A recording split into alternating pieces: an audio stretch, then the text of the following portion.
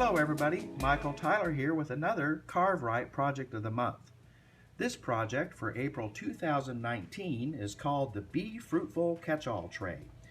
As you can see, you could use this at a home office desktop or maybe your workplace desktop and place items in there that you'd like to organize, or perhaps you could even use it as a jewelry valet or a change caddy, whatever you'd like. As the name implies, it's a catch-all tray.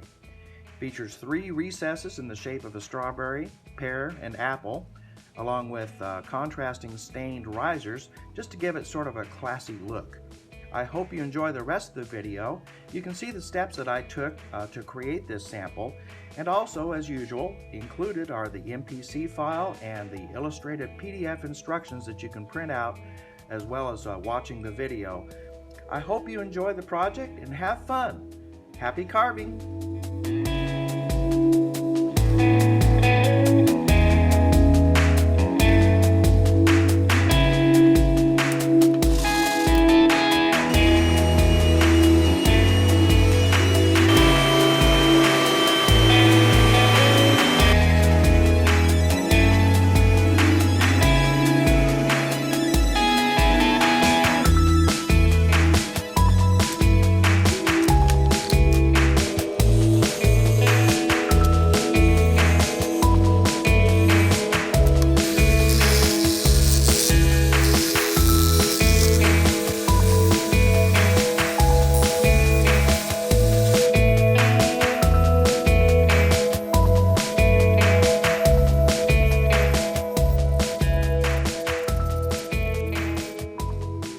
I'm just putting a couple thin strips of masking tape on each of these edges here, just to seal it from the stain I'll be applying, and that'll give a little better grip for the glue when I glue it onto the tray here.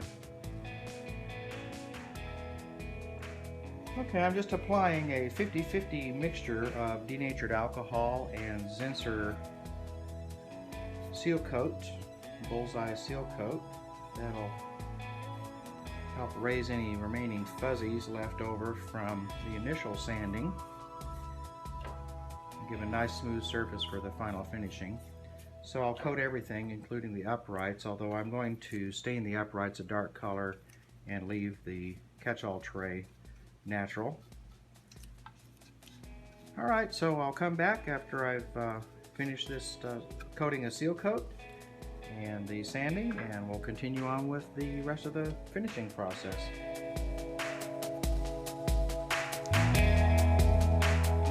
Okay, I'm just applying some stain to the upright supports. I'm using the Rust-Oleum Ultimate Wood Stain, and I'll just wipe this on and let it set a little bit, wipe it off, and that'll give a nice contrast to the tray, which I'm leaving natural.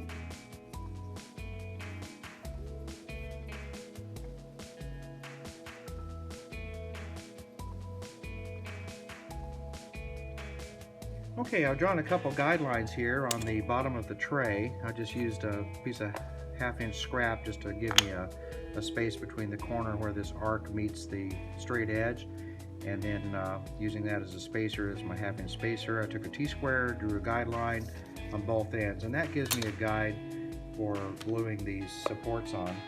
So I'll glue these supports on, just hiding that line there. So I'll just take off the masking tape and apply a little bit of glue.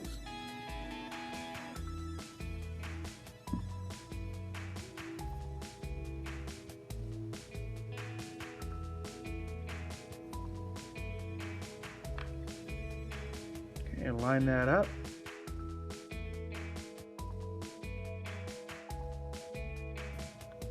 And do the same with this one. Okay, we're nearly done. I'm just applying the final clear coats. I've already applied the clear coats on the bottom, starting with the Krylon gloss and then finishing up with satin. So I'll just complete the top side, apply several light coats of the gloss, and then finish up with the satin to take off that super shine, and that will complete the project.